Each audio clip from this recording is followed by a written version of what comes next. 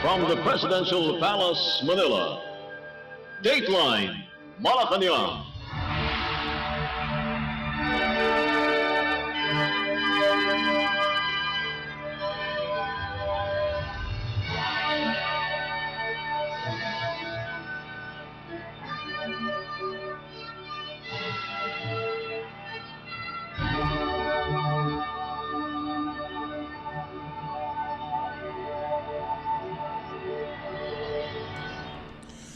Good day.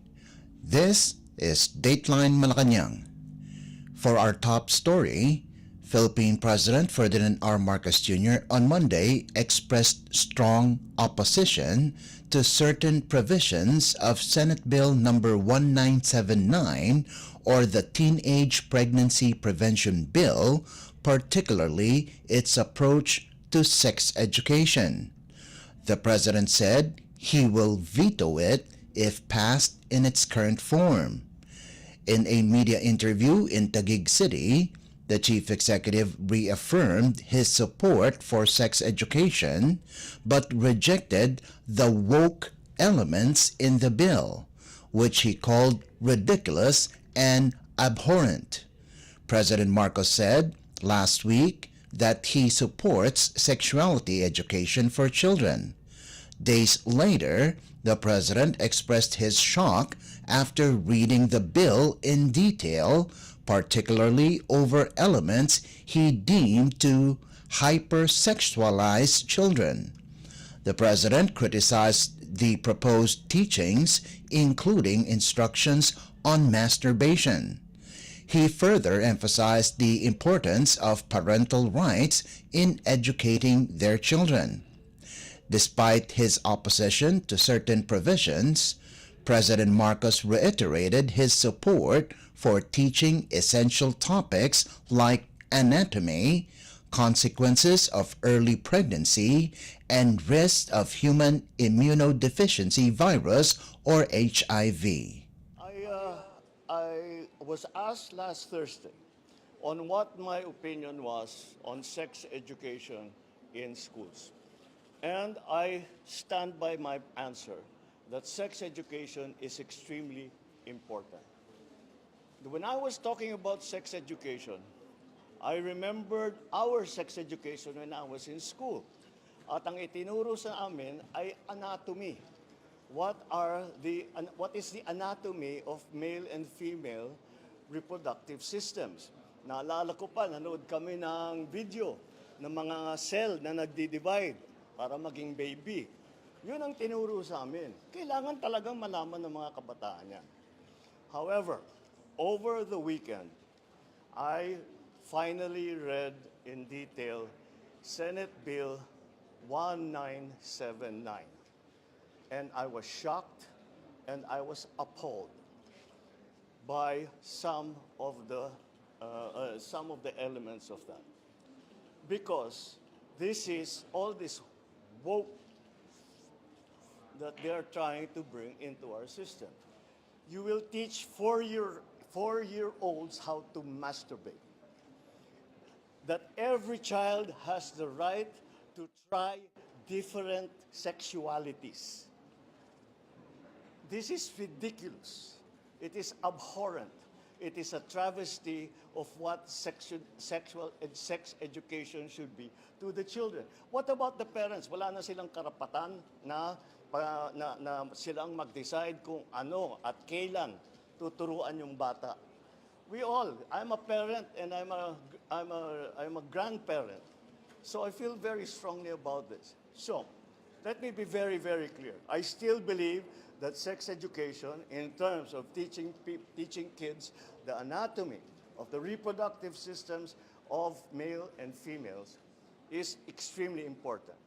The consequences of early pregnancy, the prevalence of HIV, kailangan ituro lahat yan para alam ng mga kabataan. Pero yung mga sinama nila na mga woke na absurdities are abhorrent to me. And I'm already guaranteeing, hindi pa napasa ito. Pero if this bill is passed in that form, I guarantee all parents, teachers, and children, I will immediately veto it. Philippine President Ferdinand R. Marcos Jr. Dateline Malacañang. Also on Monday, Philippine President Ferdinand R. Marcos Jr. dismissed as lies the claims of former President Rodrigo Duterte that there were blank checks in the proposed 2025 national budget. In a media interview in Taguig City, the president refuted Duterte's allegations that the General Appropriations Act or GAA for 2025 includes blank items without specified projects or funding details. The chief executive emphasized that the budget is meticulously reviewed and every item is clearly defined. President Marcos also encouraged the public to see for themselves the signed 2025 budget posted in the Department of Budget and Management or DBM website. In a podcast video posted on the YouTube channel of Davao City Mayor Sebastian Duterte, the former president, and Davao City 3rd District Representative Isidro Ungab claimed that at least 13 pages of the budget include items with blank appropriations, suggesting a blank check scheme for future allocations. Malacañang vehemently denied the allegations and said that the 2025 budget, spanning 4,057 pages across 2 volumes, underwent a thorough review by Congress and DBM professionals. He's lying. He's a president. He knows that you cannot pass a GAA without with a blank. He's lying. He's lying because he knows perfectly well that that doesn't ever happen. Sa kasaysayan ng buong Pilipinas, hindi pinapayagan na magkaroon ng item ang GAA nang hindi nakalagay kung ano yung project at saka ano yung gastos, ano yung pondo. So, it's a lie. I was watching the news earlier today and people were saying, it's 4,000 pages. Paano namin ibubusisiin yan? Ang gaganto, para titignan namin isa-isa. Hindi na lang. Meron namang kopya that's available on the website of DBM. Tignan ninyo, huwag na ninyong busisihin isa-isa. Hanapin nyo yung sinasabi nila na blank check. Tignan ninyo kung meron kahit isa para mapatunayan na tama ang sinasabi ko, kasinungalingan yan. That's my reaction. Philippine President Ferdinand R. Marcos Jr. Dateline Malacañang. Still on Monday, Philippine President Ferdinand R. Marcos Jr. indicated that the tenure of Philippine National Police or PNP Chief General Romel Marbil could be extended, citing concerns over stability during the upcoming 2025 midterm elections. In a media interview in Taguig City, President Marcos underscored the importance of maintaining leadership continuity in the middle of elections. Marbil was named as the country's PNP chief on April 1, 2024, and is expected to retire on February 7, 2025, upon reaching the mandatory retirement age of 56. There is a very strong argument that it would not be good for stability, especially to change Chief PNP in the middle of a campaign period and then approaching an election period. So pinag-aaralan namin, but I think that is probably a very strong argument to keep him on, at the very least until after the elections. Philippine President Ferdinand R. Marcos Jr. Dateline Malacañang.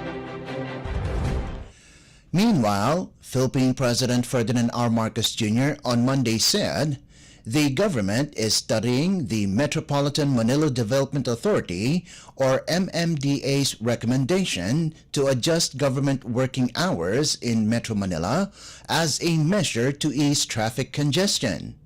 In an interview in Taguig City, President Marcos said that while the proposal to start work hours from 7 in the morning to 4 in the afternoon in the National Capital Region or NCR is being considered, it is important to assess its practicality for the commuting public. The President added that if the public supports the adjustment, there should be no reason why it would not be implemented. Earlier, MMDA Chair Don Artes said such move could address the traffic congestion in Metro Manila. Last year, local government units or LGUs in the NCR implemented earlier working hours from 7 in the morning to 4 in the afternoon. Well, we're studying it. If it works, we'll do it. But we have to. It's not enough to talk to the traffic enforcers and the administrators of traffic that have made the suggestion. We also have to ask the commuting public kung practical para sa kanila. So if it turns out that everyone agrees to it, then I cannot see why it will be a problem. Okay. Philippine President Ferdinand R. Marcos Jr. Dateline Malacañang. In other news, Armed Forces of the Philippines or AFP Chief General Romeo Bronner Jr. on Monday said security in all military camps and facilities nationwide will be further tightened after the arrest of a Chinese national allegedly engaged in espionage and 2 of his Filipino cohorts. In a media briefing held at the Department of Justice or DOJ in Manila, Bronner said the military has already beefed up security at its camps with strict checking of individuals entering AFP compounds and installations. Initial reports said a Chinese national and his 2 Filipino accomplices using a sports utility vehicle loaded with devices for espionage conducted surveillance operations in key civilian and military installations. National Bureau of Investigation or NBI Office of the Cybercrime Division Chief Jeremy Lotok identified the 3 as Chinese national Deng Yuanqing and Filipinos Ronel Jojo Balundo Besa and Jason Amado Fernandez. The 3 were arrested in front of a Makati City condominium night of January 17th. Bronner revealed that a Chinese was also arrested last year with possible espionage equipment. We believe that nagsimula yung espionage operations ng China even prior to the apprehension or capture of the equipment last year. But nakita po natin na just recently, very recently, yung paggamit po nila nitong mga equipment na ito. So, kasi bagong technology po ito na ginagamit nila. That is why nakafocus rin po tayo dito. Kung gumagamit po sila ng technology in order to spy on us, we're also using technology to pinpoint these kinds of activities. No? Hindi lang po yung technology, pati human intelligence. So, marami pong nagsusumbong sa atin about these kinds of activitis. This is the same type of intelligence that we are also using against POGOs. No? Kaya po nakikita natin sila, natutumbok po natin kung saan yung mga operations nila. And yung mga Filipino cohorts were just drivers. No? Dito yung sa recent apprehension natin. But in the previous apprehension last year, isang Chinese individual ang gumagawa ng lahat nito. He was the one driving the vehicle, he was the one operating the equipment. Armed Forces of the Philippines Chief General Romeo Bronner Jr. Dateline Malacañang. In other developments, the Philippines Department of Agriculture, or DA, on Monday said food security emergency for rice may be declared on January 22nd following the approved resolution of the National Price Coordinating Council, or NPCC, last week.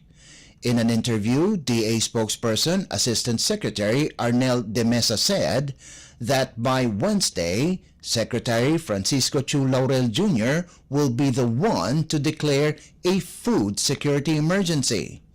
Chu Laurel earlier said that he is likely to declare a food security emergency to address spiking retail prices of rice and enable the release of rice stocks from the National Food Authority, or NFA. Under the food security emergency, the DA can sell NFA rice stocks, even those not yet considered aging, to local government units, or LGUs, and other government agencies at 36 pesos per kilogram, which can be sold to up to 38 pesos per kilogram starting February 1st. Free up space in NFA warehouses and help local farmers through palay, or unhusked rice, procurement for the coming harvest season. De Mesa explained that the sale of NFA rice may go hand in hand with other governments' efforts to stabilize retail prices of rice, considering the record-high palay procurement of the NFA last year. To date, the NFA has almost 300,000 metric tons of rice stocks, which can be sold to LGUs and other government agencies like the Philippine National Police, Armed Forces of the Philippines, and government-owned and controlled operations. Dateline Malacañang. And finally, the Sandiganbayan has found former Quezon City Mayor Herbert Bautista and former City Administrator Aldrin Cunha guilty of graft in connection with the irregularities in a 32 million peso permitting and tracking system project in 2019. In a 146-page decision released Monday, the Sandiganbayan sentenced Bautista and Cunha to up to 10 years imprisonment. Bautista and Cunha were charged for the payment of 32 million pesos to private supplier Geodata Solutions Incorporated,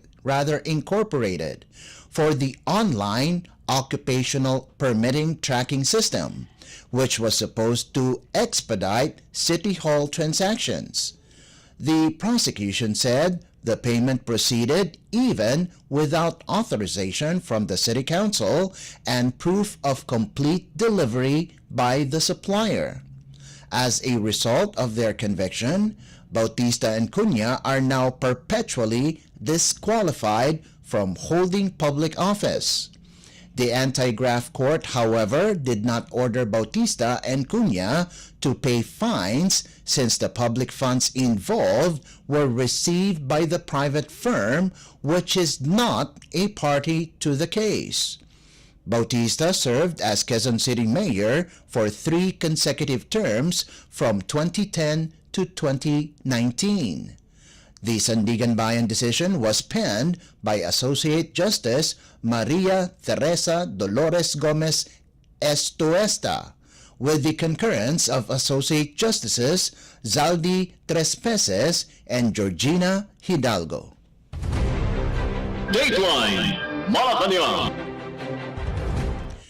Before we conclude our program, Radyo Pilipinas World Service of the Presidential Broadcast Service is heard over the following shortwave frequencies: 9.475 MHz, 15.640 MHz, and 17.820 MHz. You can also visit our Facebook page and YouTube channel at Radyo Pilipinas World Service. you will be able to hear and view our Filipino and English programs, including news updates here in the Philippines. Kindly subscribe, like, and share our post as well. And that concludes this edition of Dateline Malacañang. For Radyo Pilipinas World Service, this is Leo Magpayo. Good day and stay safe. From the Presidential Palace, Manila, Dateline Malacañang.